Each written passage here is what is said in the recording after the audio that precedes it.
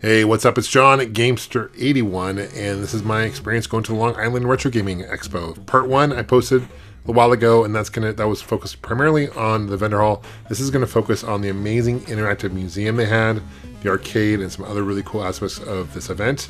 Over 300 consoles, classic PCs, all available to play, all sitting right there, incredible. And the staff was super friendly. Check out some of these items that they had. That's a Spectrum, which is a very unique console from Europe. Coming up on some classic ones as well. That's an FMC Town Marty right there. That's from Japan only. It's a consoleized version of their PC. That's a Pluto. So Adam, my good friend there, he brought that in. That's a variant of the Sega Saturn, super rare. That's a cool Sega karaoke machine that they had set up, and that was interactive. And here's the Saturn collection, speaking of Sega Saturn. And what's really incredible about this museum was they just had these games laying around.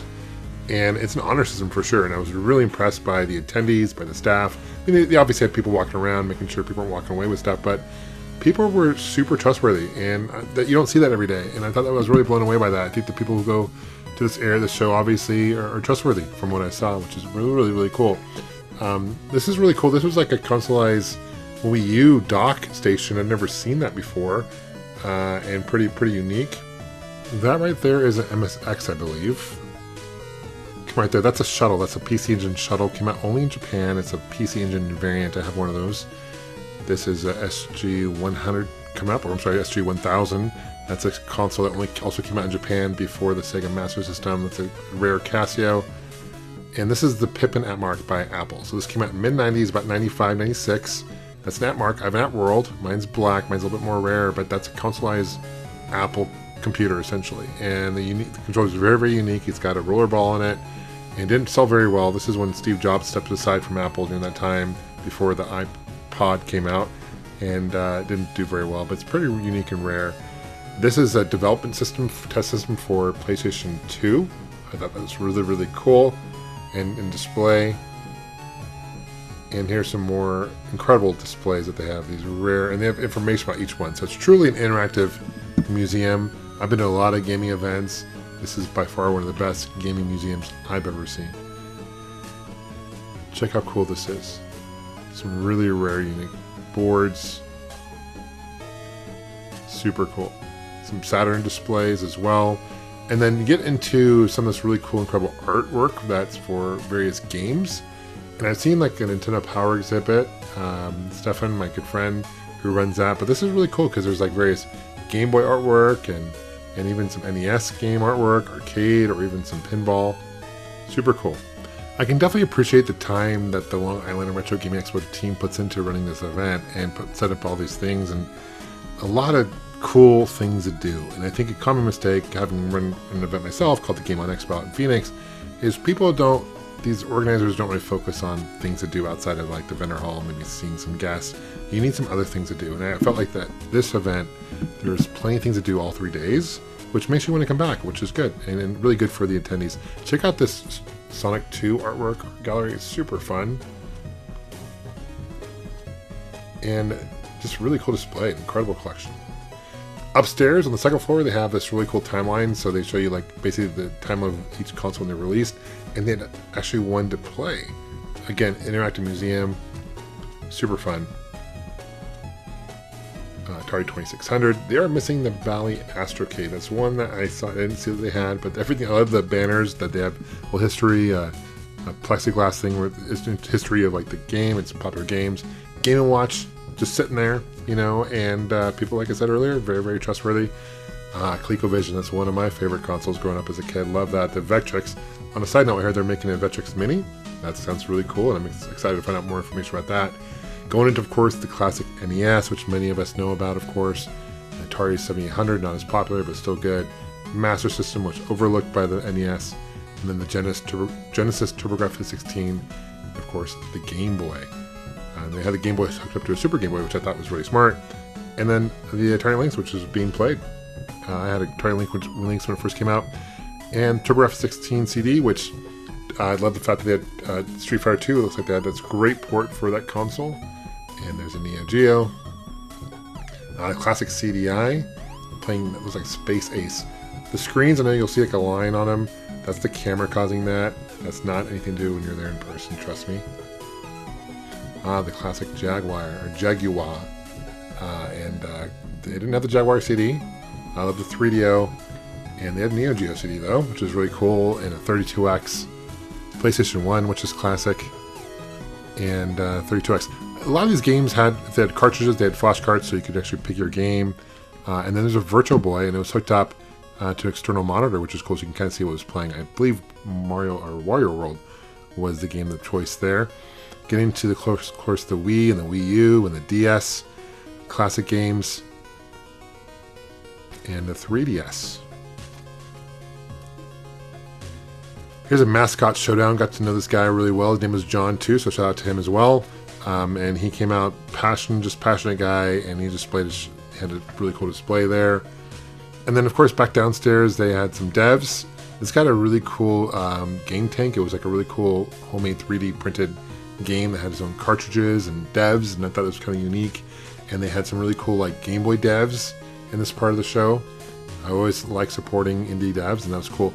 Here's an upstairs look at the Nintendo exhibit. I'm going to show you before we walk through it, and you can kind of see the crowd. But this event is held at the Aviation Museum in Long Island, so it's like a museum within a museum, which is fantastic. And here downstairs there's a closer look at the Nintendo exhibit, and again, nice detailed timeline. Again, I love the banners. You can go from the Famicom to the NES.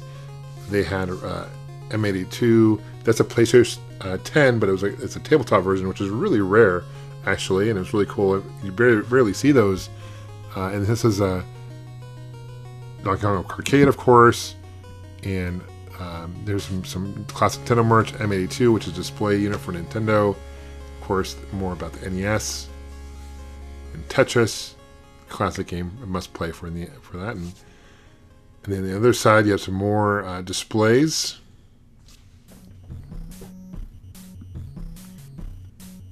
The Power Glove, and then they have the U-Force, which never worked for me. I could never get that to work. It looks like they were playing Punch-Out with a U-Force. I could never get that to work with that particular game, or any game. And this is a really cool custom NES system as well, with the plastic see-through transparent shell.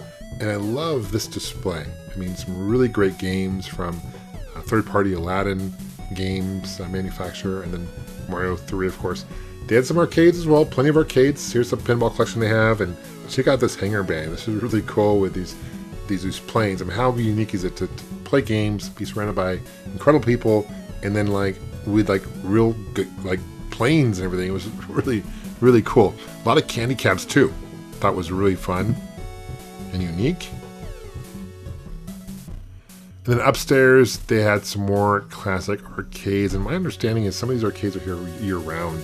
The owner who runs the museum has some of these arcades, so they have a really good relationship with the guy who runs the Aviation Museum. And thought that there's some really nice, cool mix of arcades, from Tapper to Star Wars Arcade, to here is this is Timber, which is the same guys who make Tapper. Cruisin'. This is cool. That is a super rare Super Nintendo system arcade, and extremely hard to find. It's like a PlayStation 10. It was a display unit for it came out during when Super Nintendo was coming out, and it was basically a super large controller, and I think there was like tennis and Super Mario World, some other games that were available to play, and super rare. Super excited to see that. I wish it was for sale. I wish I could bring it back home because I'd love to get my hands on that for sure in my collection. Punch Out to my left, kind of sneak peek there. There's a classic Neo Geo. There's a classic Mortal Kombat 2.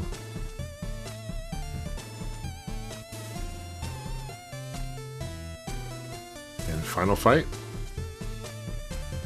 Back downstairs, there's some more classic PCs. Incredible collection of PCs. They had some PCs that were also land up, where you could play against some other people. I was playing Quake several times with some random strangers and just playing Quake.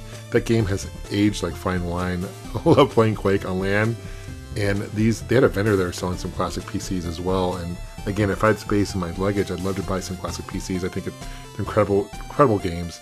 It looks like they're playing Doom there. Super cool. This is a huge place, and it's super easy to get lost. By the way, oh, here's a cool Virtual Boy area too. they were playing the Hyper Fighting, which is basically a homebrew of Street Fighter 2. But several times in the event, I would get lost and turn around.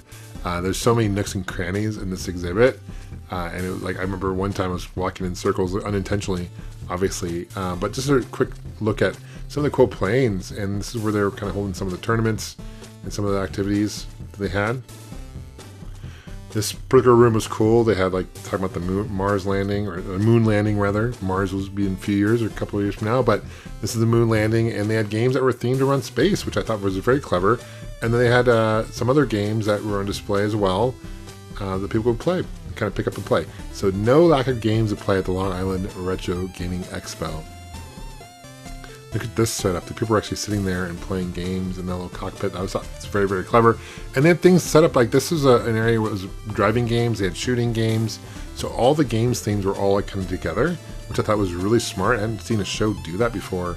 And so this particular area was just for racing games and then, you know, MotoGP and things like that, which was very, very clever.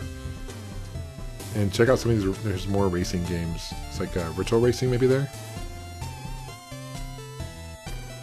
Super cool. They had some plenty of tournaments. This is a Mario Kart tournament they were running. I believe they had a Smash Brothers tournament. Eon is the company that puts those together. That was really cool, and they're very interactive with the crowd. You can see pretty decent turnout with that.